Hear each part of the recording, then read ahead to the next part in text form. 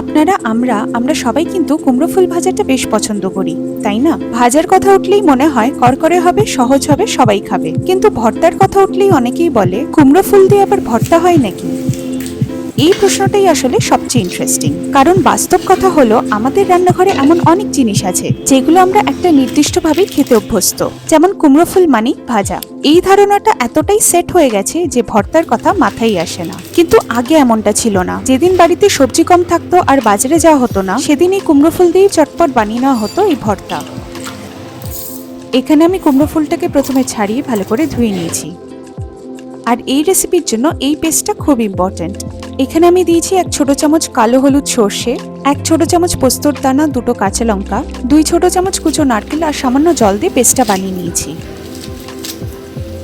এবার ধুয়ে ছাড়িয়ে রাখা কুমড়ো ফুলটাকে কুচো করে কেটে নেব কাঁচির সাহায্যে।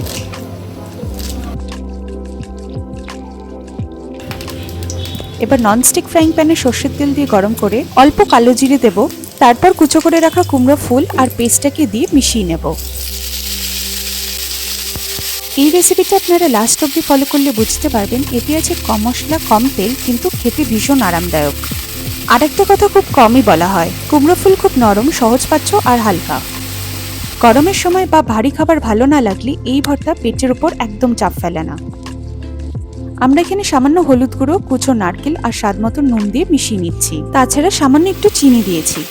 যখন দেখবেন রান্নাটা অলমোস্ট হয়ে এসেছে, তখন 1 ছোট চামচ সর্ষের তেল দিয়ে ঢাকা দিয়ে রাখবো। 1 মিনিটের মতন একটু ঢাকা দিয়ে তারপর নেড়েচেড়ে নিলেই রেডি। সব রান্নাই ঝাঁঝালো বা ফ্যান্সি হতে হয় না, কিছু খাবার শুধু শান্তি দেয়, ঠিক এই কুমড়ো ফুলের ভর্তার মতন। পরের বার কুমড়ো ফুল হাতে এলে আশা করি ভাজা ছাড়াও এই ভর্তাটার কথা মনে পড়বে।